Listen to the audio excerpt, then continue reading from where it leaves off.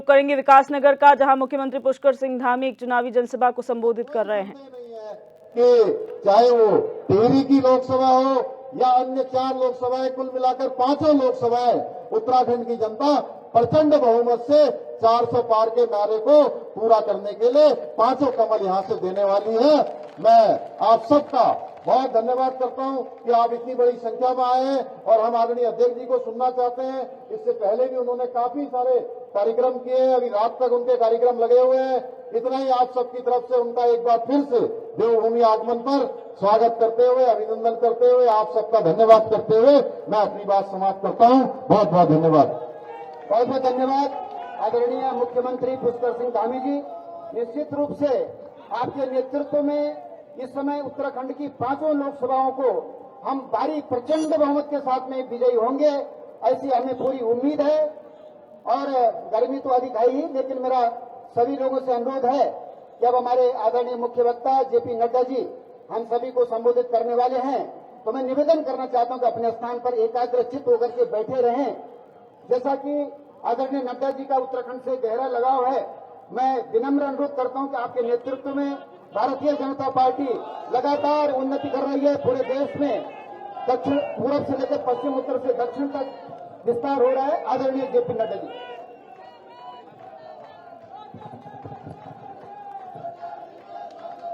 बोलिए भारत माता की। भाई जरा आवाज में दम होना चाहिए। बोलिए भारत माता की, भारत माता की, भारत माता की। आज के इस मंच पर विराजमान उत्तराखंड के यशस्वी और लोकप्रिय मुख्यमंत्री सम्माननीय पुष्कर सिंह धामी जी, हमारे प्रदेश के जुझारू अध्यक्ष सम्माननीय महेंद्र भट्ट जी, पार्टी में मेरे महामंत्री और मेरे वरिष्ठ साथी और उत्तराखंड के प्रभारी, पूर्व में राज्यसभा के सदस्य श्री दुष्यंत कुमार गौतम जी, हम सबकी बहुत ही लोकप्रिय प्रत्याशी बहन श्रीमती माला राज्य लक्ष्मी शाह जी, डॉक्टर रमेश पोखरियाल निशंक जी, हमारे वरिष्ठ साथी तीर्थ सिंह रावत जी, पूर्व मुख्यमंत्री और मेरे वरिष्ठ साथी नरेश बंसल जी, राज्यसभा के सांसद हमारे गणेश जोशी जी, आप सबके बहुत ही लाडले और प्यारे विधायक मुन्ना सिंह चौहान जी,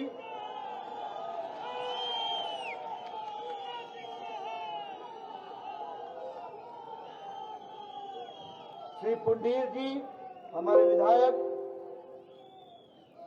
गणेश जोशी जी, आदित्य कोठारी जी, धन सिंह रावत जी, श्रीमती नीलू देवी जी, विनय रोहेला जी, श्रीमती मधु चौहान जी, सम्मानित मंच और इतनी बड़ी संख्या में एकत्र आए देवी और सज्जनों, मेरे युवा साथी और मीडिया के मेरे साथी, प्रिंट मीडिया और इलेक्ट्रॉनिक मीडिया के मेरे साथी, मुझे आज यमुना नदी के किनारे और टॉन्स के मिलन स्थान पर विकास नगर में इस ऐतिहासिक स्थान पर आने का सौभाग्य मिला है। जिस गर्मजोशी से आपने मेरा और मुख्यमंत्री जी पुष्कर सिंह धामी जी का स्वागत किया है, उसके लिए सबसे पहले तो मैं आप सबको बहुत बहुत धन्यवाद देता हूं। जो प्यार आपने दिखाया है मित्रों, यह देवभूमि है, देवी देवताओं की भूमि है और पड़ोस का लगा हुआ हमारा राज्य और मेरा राज्य वह भी देवभूमि है और देवतुल्य लोग हैं। आप सभी देवतुल्य लोगों को मेरा बहुत बहुत नमस्कार। ये कर्मभूमि भी है और कर्मभूमि के साथ साथ यह वीर भूमि भी है। वीरों की भूमि है। जब जब देश पर खतरा आया है, उत्तराखंड के लोगों ने, वीरों ने हमेशा दुश्मनों को मुंह तोड़ जवाब दिया है। ऐसी वीर भूमि को मैं नमन करता हूं और आपसे प्रेरणा लेता हूं। मुझे इस बात की भी खुशी है कि जब मैं वीर भूमि बोलता हूं तो मुझे दिल को बहुत संतोष भी मिलता है कि यह हमारे प्रधानमंत्री नरेंद्र मोदी जी ही ऐसे नेता रहे जिन्होंने 40 साल से आपकी डिमांड, वीरों की डिमांड, 1 रैंक 1 पेंशन, इसको अगर धरती पर लागू किया तो प्रधानमंत्री मोदी जी ने लागू किया। मित्रों, चुनाव की बेला है। हम आपसे एक बात जरूर कहना चाहते हैं। आप जरूर माला राज्यलक्ष्मी शाह जी को आप चुनाव जिताएंगे, लेकिन यह जीत व्यक्तिगत इनकी जीत नहीं है। यह जीत जिस राजनीति को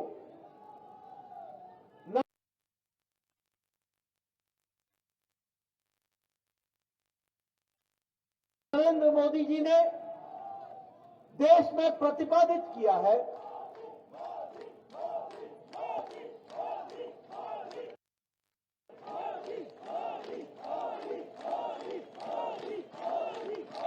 जिस राजनीति को मोदी जी ने प्रतिष्ठापित किया है, उस राजनीति को आपका आशीर्वाद और आपका समर्थन चाहिए। इस कारण से मैं आया। और जब मैं समर्थन की बात करता हूं तो पहले राजनीति क्या होती थी? राजनीति होती थी भाई को भाई से लड़ाओ, जातिवाद के आधार पर वोट मांगो, माइनॉरिटी और मेजॉरिटी के नाम पर वोट मांगो, वोट बैंक की राजनीति करो, अलगाववाद को बढ़ावा देते हुए तुष्टीकरण की राजनीति करते हुए अपने आप को गद्दी पर बैठाओ। ये राजनीति कांग्रेस ने 70 साल चलाई। लेकिन प्रधानमंत्री मोदी जी ने राजनीति की परिभाषा बदल डाली है। अब राजनीति की परिभाषा बदल गई है। अब कोई व्यक्ति जाति के आधार पर जीत नहीं सकता। अब कोई व्यक्ति अलगाववाद पर जीत नहीं सकता। अब कोई व्यक्ति और पार्टी तुष्टीकरण की राजनीति में नहीं जीत सकता। अब सिर्फ मोदी जी के नेतृत्व में एक ही राजनीति चलेगी, वह है विकासवाद की राजनीति, विकासवाद की राजनीति। पॉलिटिक्स ऑफ परफॉर्मेंस, काम करने का, परफॉर्मेंस करने का की राजनीति करनी होगी। पॉलिटिक्स ऑफ रिपोर्ट कार्ड, हमने क्या किया है लोगों के लिए, इस पर राजनीति चलेगी। तुष्टीकरण पर राजनीति अब नहीं चलेगी, जातिवाद पर नहीं चलेगी, वोट बैंक की पॉलिटिक्स पर नहीं चलेगी, अकाउंटेबिलिटी पर राजनीति चलेगी। ये मोदी जी ने एक नई परिभाषा देश को दी है। अभी अभी आपने देखा, कुछ दिनों पहले जातिगत जनगणना की बात चली, जातिगत जनगणना की बात चली। भारतीय जनता पार्टी ने भी कहा कि जातिगत जनगणना से हमारा कोई दुराव नहीं है, वो अच्छी बात है, होना चाहिए। लेकिन जातियों के आधार पर देश को बांट देना ये गलत है। और इसीलिए मोदी जी ने कहा, ध्यान, गरीब, जी फॉर गरीब, वाई फॉर युवा, ए फॉर अन्नदाता और एन फॉर नारी शक्ति। जब गरीब की चिंता होगी, जब युवा की चिंता होगी, जब अन्नदाता की चिंता होगी, जब नारी शक्ति की चिंता होगी, तो सारे देश की चिंता हो जाएगी और देश आगे बढ़ जाएगा। इस तरीके की बात होगी। मित्रों, आप सब लोग हमारी श्रीमती माला राज्य लक्ष्मी जी को चुनाव में कमल के निशान को आप अपना समर्थन देने वाले हैं। लेकिन समर्थन क्यों देने वाले हैं? आपको याद है ना, एक लंबे समय तक हमारे गांव बिना बिजली के रहे हैं। याद है कि नहीं है आपको? याद है कि नहीं है? पहाड़ों में, गांव में बिजली नहीं थी, आपको याद है ना? जब मोदी जी प्रधानमंत्री बने तो 18,000 गांव बिना बिजली के थे। 18,000 गांव। आप सोचिए क्या विकास हो रहा होगा। वहां बिजली नहीं, बच्चों की पढ़ने की सुविधा नहीं, लालटेन में पढ़ा करते थे। कैसी जिंदगी होगी? लेकिन आपने मोदी जी को आशीर्वाद दिया और मोदी जी ने 1,000 दिन के अंदर, 1000 डेज के अंदर 18,000 गांव में बिजली पहुंचाई। अब कोई गांव बिना बिजली के नहीं है। ये भारत की बदलती तस्वीर। मुझे यहां का नहीं मालूम, मुझे बताया गया कि बहुत से लोग हिमाचल प्रदेश के भी हैं, बड़े लोग पहाड़ा देवी यही थी। तो जो याद है ना, पानी लाने वास्ते कहला चक्की के 3-3 किलोमीटर दूर जाया करते थे। 3-3 किलोमीटर दूर। मैं सच्ची गिलाया करता, मैं सच बोल रहा हूं। 3-3 किलोमीटर घैला पानी का लेने के लिए जाते थे कि नहीं जाते थे? आज हर घर नल, हर घर जल, इसको साकार किया है तो प्रधानमंत्री मोदी जी ने किया।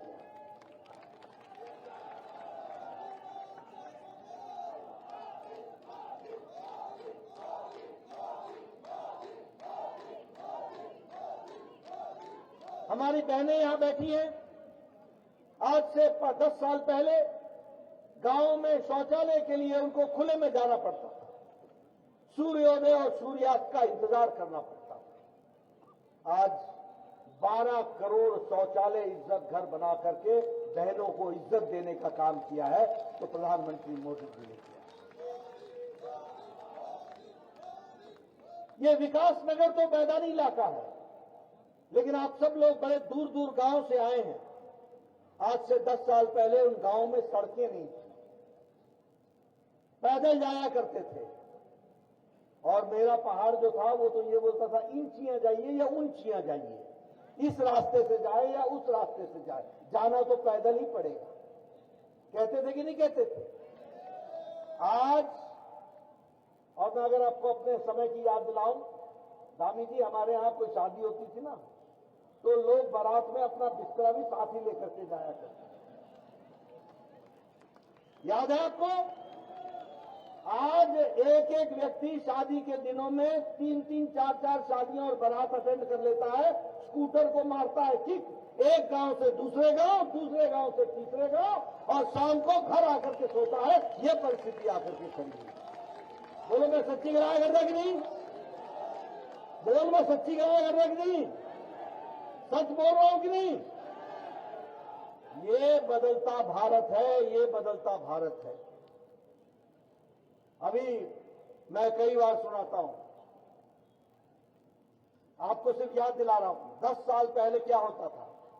हमारी बहनें, जब मैं यूनिवर्सिटी में पढ़ा करता था और उसके बाद भी जब मैं एमएलए बन गया, तो सवेरे 5 बजे मुझे गांव में जंगल में आवाज सुनाई देती थी, खट खट खट।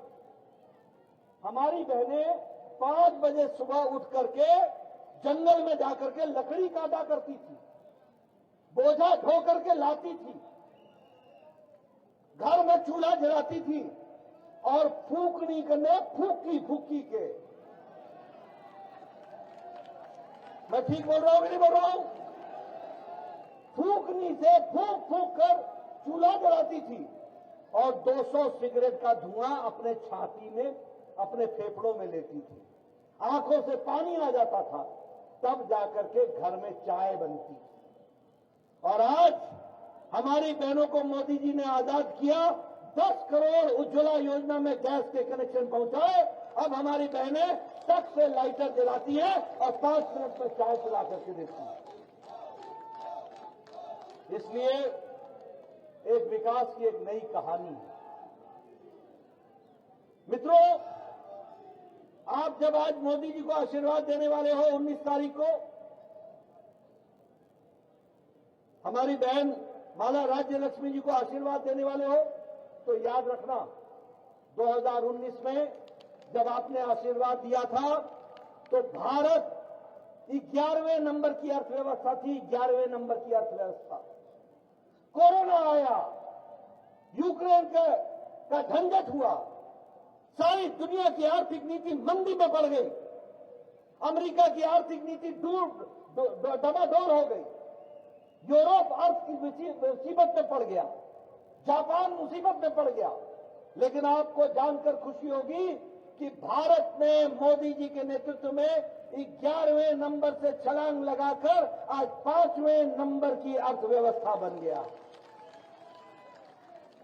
और हमने किसको पछाड़ा? ब्रिटानिया को, ब्रिटेन को। वो इंग्लैंड जिसने हमको 200 साल राज किया, उसको पछाड़कर मोदी जी ने भारत को 5वें नंबर पर पहुंचा दिया। अब 2024 में आप फिर मोदी जी को आशीर्वाद देना, कमल का बटन दबाना, हमारी बहन माला राज्य लक्ष्मी जी को जिताना। 2027 में भारत मोदी जी के नेतृत्व में तीसरी बार तीसरी अर्थव्यवस्था बन जाएगा। इस तरीके की व्यवस्था हो। मित्रों, आपको जानकर खुशी होगी, आज प्रधानमंत्री गरीब कल्याण अन्न योजना में 80 करोड़ की जनता को 5 किलो गेहूं या 5 किलो चावल, 1 किलो दाल मुफ्त में दी जा रही है। 80 करोड़ की जनता को, और लगभग 20 लाख की जनता हमारे उत्तराखंड की है। और आपको जानकर खुशी होगी कि आज 25 करोड़ लोग गरीबी की रेखा से ऊपर उठ गए हैं, यह इंटरनेशनल मॉनिटरी फंड बोल रहा है। और भारत में अब अति गरीबी 1% से भी कम हो गई है, यह मोदी जी के नेतृत्व में हुआ है। उसी तरीके से आवास योजना मैंने अभी पिथौरागढ़ में भी सुनाया, मैं आपको भी सुनाना चाहता हूं।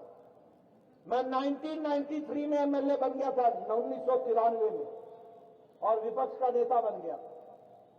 1993 में मेरा BDO, block development officer, Munna ji सुनिएगा, आपको याद होगा, वीडियो आता है, और कहता था, नड्डा साहब आपको खुशखबरी सुनाते हैं, एक पंचायत में आपको 2 इंदिरा आवास योजना मिली है, बताओ ये 2 इंदिरा आवास योजना किसको दे?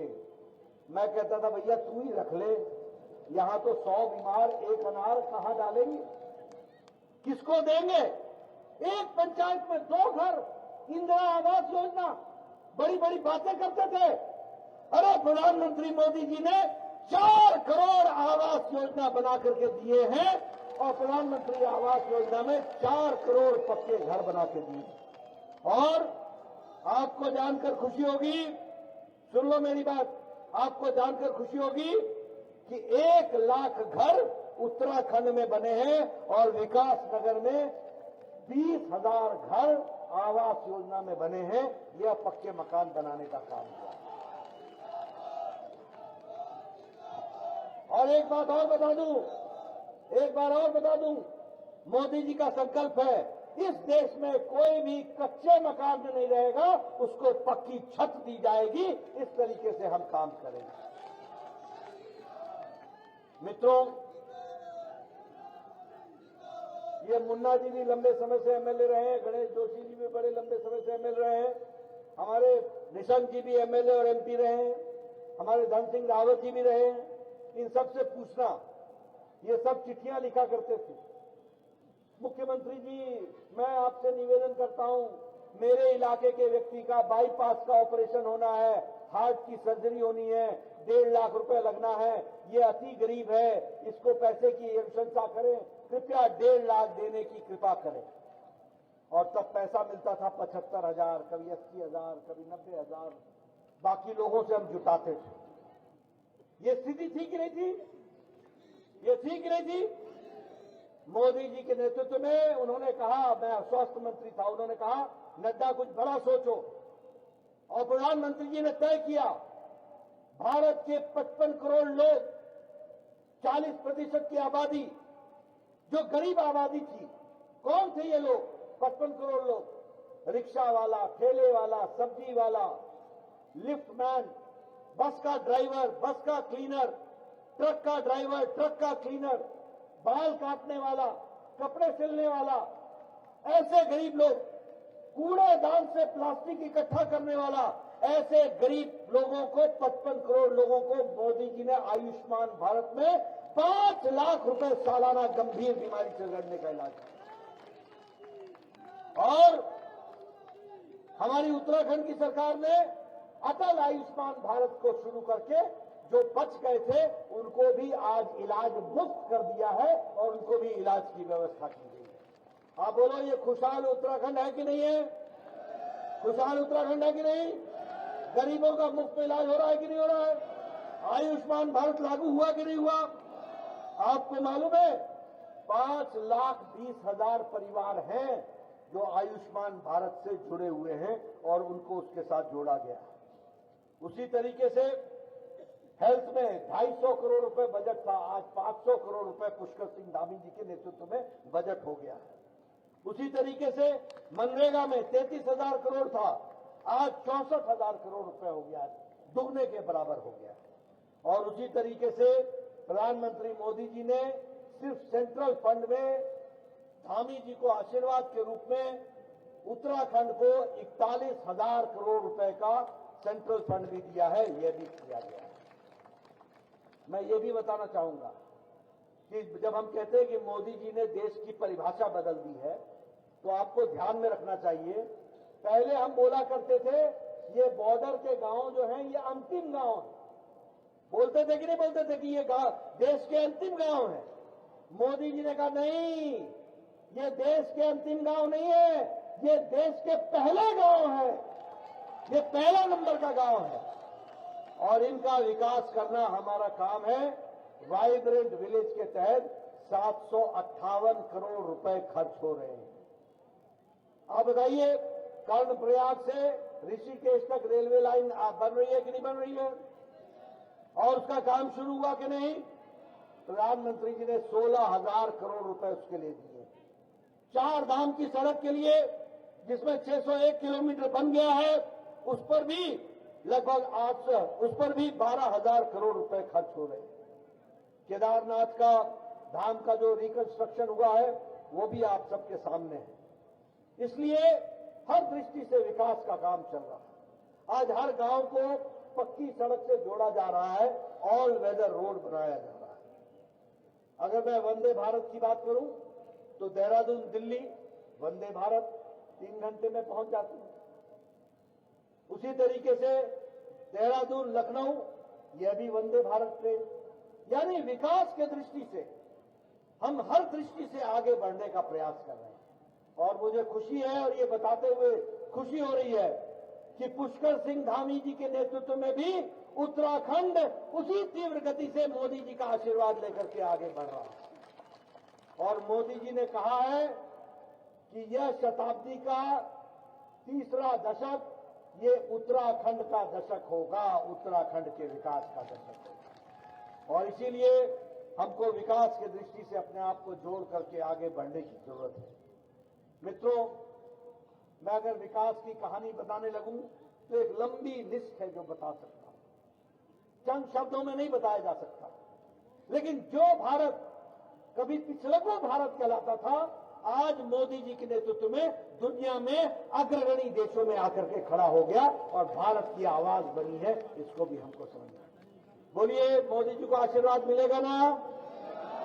पूरी ताकत से मिलेगा ना?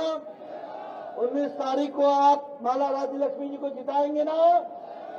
पूरी ताकत से जिताएंगे ना? अब मैं आपको कांग्रेस का भी हाल सुना देता हूं। आजकल ये इंडी अलायंस सुना है कि नहीं सुना? ये जो इंडी अलायंस है ना, ये जो गठबंधन है, ये गठबंधन किस बात का गठबंधन है? ये गठबंधन 2 बातों का है। एक तरफ मोदी जी बोल रहे हैं कि भ्रष्टाचार को हटाएंगे और भ्रष्टाचारी को समाप्त करेंगे, यानी उनको जेल में भेजेंगे। बोला है कि नहीं बोला है मोदी जी ने? और दूसरी तरफ इंडी अलायंस भ्रष्टाचारियों को बचाने का जमावड़ा। आप बताओ, कोयला घोटाला कांग्रेस ने किया था कि नहीं किया था? पनडुब्बी घोटाला किया था कि नहीं किया था? बोफर्स घोटाला किया था कि नहीं किया था? आप बताइए, चीनी का घोटाला किया था कि नहीं किया था? चावल का घोटाला किया था कि नहीं किया था? ऑगस्टा वेस्टलैंड हेलीकॉप्टर का घोटाला किया था कि नहीं किया था? 4G का घोटाला, 3G का घोटाला किया था कि नहीं किया था? यानी आकाश में घोटाला, पनडुब्बी के माध्यम से जल में घोटाला, पाताल में कोयला घोटाला और धरती पर बोफोर्स घोटाला। कोई लोग छोड़ा ही नहीं, भ्रष्टाचार ही भ्रष्टाचार किया। और आप बताइए, ये राहुल गांधी बेल पर है कि नहीं है? ये सोनिया गांधी जी बेल पर है कि नहीं है? आप बताइए, ये अखिलेश यादव पर गोमती रिवर फ्रंट का घोटाला का केस चल रहा है कि नहीं चल रहा है? लैपटॉप का घोटाला चल रहा है कि नहीं चल रहा है? आप बताइए, डीएमके के नेता के ऊपर घोटाला का केस चल रहा है कि नहीं चल रहा है? आमदनी से ज्यादा धन का घोटाला चल रहा है कि नहीं चल रहा है? आप बताइए, केसीआर की बेटी कविता पर घोटाला का, शराब घोटाला चल रहा है कि नहीं चल रहा है? वो जेल में है कि नहीं है? आप बताइए, अरविंद केजरीवाल जेल में है कि नहीं है? मनीष सिसोदिया जेल में है कि नहीं है? सत्येंद्र जैन जेल में है कि नहीं है? पी चिदम्बरम बेल पर है कि नहीं है? ये सारे नेता या तो बेल पर हैं या जेल में। कोई बात नहीं, ये भ्रष्टाचारियों का जमावड़ा है, भ्रष्टाचारियों का जमावड़ा। दूसरा, ये परिवारवादी पार्टियां, ये अकेली भारतीय जनता पार्टी है जो प्रजातंत्र तरीके से आई है, जहां एक चाय बेचने वाले का बेटा भी भारत का प्रधानमंत्री बनता है और प्रजातंत्र को ताकत देता है। और यहाँ जो सब बैठे हैं, ये सब साधारण परिवार से हम सब लोग